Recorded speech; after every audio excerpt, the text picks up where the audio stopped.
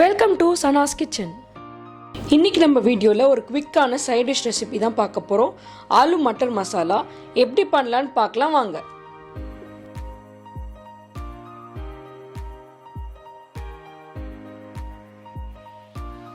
Aloo matar masala ready பண்ணுறதுக்காக ஒரு பெரிய சைஸ் வெங்காயம் இந்த மாதிரி பொடி பொடியாக நறுக்கி வச்சுருக்கேன். 2 3 பச்சை மிளகாய் இந்த மாதிரி கட் பண்ணி வச்சுருக்கேன். 2 பெரிய பொட்டேட்டோஸ் 50% அளவுக்கு பாயில் பண்ணி இந்த மாதிரி கட் பண்ணி வச்சுருக்கேன். 1 கப் அளவுக்கு பச்சை பட்டாணி எடுத்து வச்சுருக்கேன். 2 ஸ்பூன் அளவுக்கு இஞ்சி பூண்டு பச்சை மிளகாய் இது மூணுமே ஒன்றா போட்டு அரைச்சி வச்சுருக்கேன் ஒரு பேஸ்ட் மாதிரி. இப்போ ஒரு கடாயில் 2 ஸ்பூன் அளவுக்கு நான் எண்ணெய் ஆட் பண்ணியிருக்கேன். எண்ணெய் நல்லா சூடானதுக்கப்புறம் 1 ஸ்பூன் அளவுக்கு சோம்பு ஆட் பண்ணிக்கிறேன். சோம்பு லைட்டாக பொரிஞ்சதுக்கப்புறம் நம்ம அரைச்சி வச்சுருக்க இஞ்சி பூண்டு பச்சை மிளகாய் பேஸ்ட் 2 ஸ்பூன் அளவுக்கு நான் ஆட் பண்ணிக்கிறேன். இந்த மாதிரி எண்ணெயிலேயே இஞ்சி பூண்டு பச்சை மிளகாய் பேஸ்ட் ஆட் பண்ணி நம்ம வதக்குறப்ப அந்த கிரேவிக்கு ஒரு நல்ல ஃப்ளேவர் அண்ட் ஸ்மெல் கொடுக்கும்.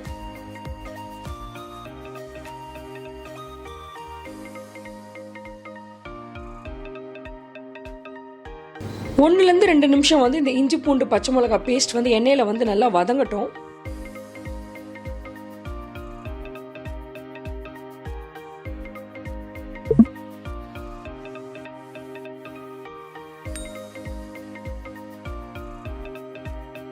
இப்போ இந்த பச்சை வாசனை மாறினதுக்கப்புறம் நம்ம கட் பண்ணி வச்சுருக்க வெங்காயம் ஆட் பண்ணிக்கிறேன்.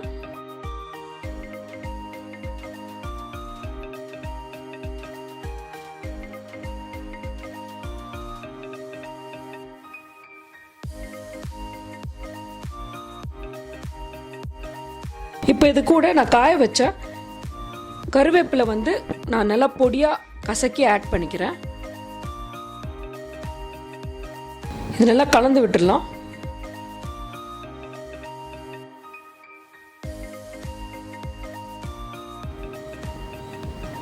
ஒன்றுலேருந்து 2 நிமிஷம் வெங்காயம் நல்லா வதங்கினதுக்கப்புறம் நம்ம கட் பண்ணி வச்சுருக்க பச்சை மிளகாய் ஆட் பண்ணி நல்லா வதக்கி விட்டுடலாம்.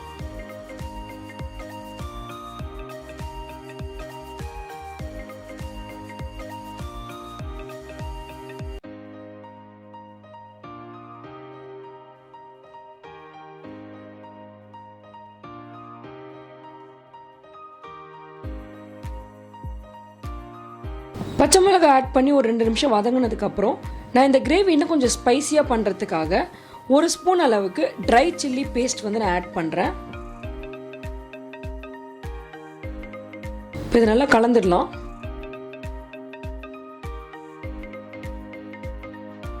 ஒரு நிமிஷம் வதக்குனதுக்கப்புறம் இந்த ட்ரை சில்லி பேஸ்ட்டோட பச்சை வாசனை போயிடும். இந்த ஸ்டேஜில் 1லேருந்து 2 சின்ன சைஸ் தக்காளி நான் பொடியாக கட் பண்ணி ஆட் பண்ணிக்கிறேன்.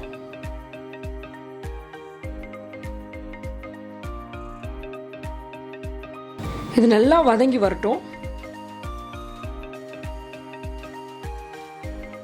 ஒரு 2 நிமிஷம் தக்காளி போட்டு நல்லா வதங்கினதுக்கப்புறம் இது கூட 1/4 ஸ்பூன் அளவுக்கு மஞ்சள் தூள், 1 ஸ்பூன் அளவுக்கு சில்லி பவுடர், இந்த மசாலாவுக்கு தேவையான உப்பு நான் ஆட் பண்ணிக்கிறேன். 1லேருந்து 2 நிமிஷம் இந்த மசாலா ஆட் பண்ணதுக்கப்புறம் நல்லா வதக்கி விடுங்க. அப்போ தான் அந்த மசாலாவோட பச்சை வாசனை நல்லா மாறிடும்.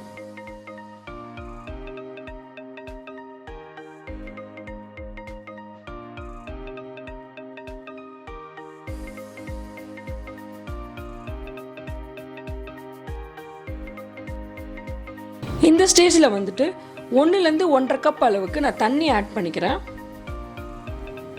ஆட் பண்ணி நல்லா கலந்து விட்டுருங்க. ஒரு தொக்கு கன்சிஸ்டன்சிக்கு இது நல்லா வந்துடும். இது ஒரு 1லேருந்து 2 நிமிஷம் நல்லா வதங்கினதுக்கப்புறம் மேலே பார்த்தீங்கன்னா லைட்டாக எண்ணெய் பிரிஞ்சு வரும். இந்த ஸ்டேஜில் நம்ம எடுத்து வச்சுருக்க 1 கப் பச்சை பட்டாணி, 1 கப் அளவுக்கு 50% வேக வச்ச உருளைக்கிழங்கு நான் ஆட் பண்ணிக்கிறேன். இது நல்லா கலந்து விட்டுடலாம்.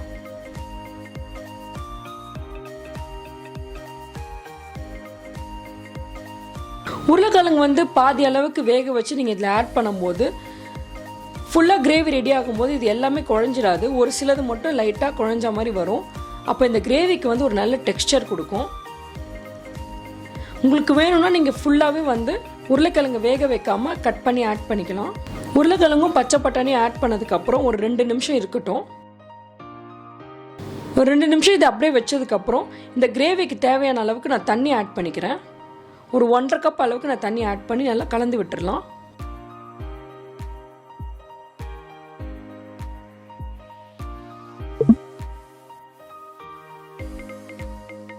இப்போ இது ஒரு மூடி போட்டு 5லிருந்து 7 நிமிஷம் அளவுக்கு இது நல்லா கொதிச்சு வரட்டும்.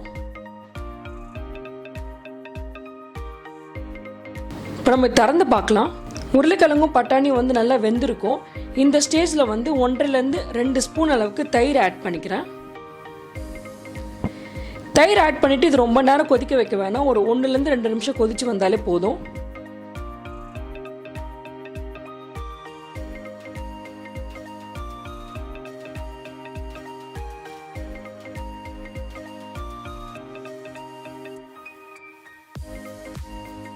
அவ்வளோதான், பாருங்கள், சூப்பராக எண்ணெய்லாம் நல்லா பிரிஞ்சு வந்து நம்மளோட ஸ்பைசியான ஆலு மட்டர் மசாலா ரெடி ஆகிடுச்சு. மேலே நான் கொஞ்சமாக வந்து நறுக்கி வச்சுருக்க கொத்தமல்லி ஆட் பண்ணியிருக்கேன்.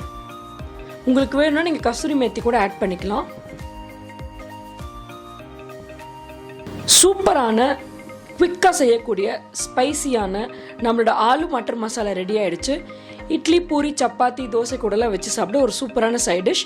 நீங்களும் இதை வீட்டில் ட்ரை பண்ணி பார்த்துட்டு உங்கள் ஃபீட்பேக்கை கமெண்ட்ஸில் சொல்லுங்கள். Happy cooking! இந்த ரெசிபி பிடிச்சிருந்துச்சுன்னா லைக் பண்ணுங்கள், ஃப்ரெண்ட்ஸ் அண்ட் ஃபேமிலியோட ஷேர் பண்ணுங்கள், என்னோட சேனலை சப்ஸ்கிரைப் பண்ணுங்கள். தேங்க்யூ.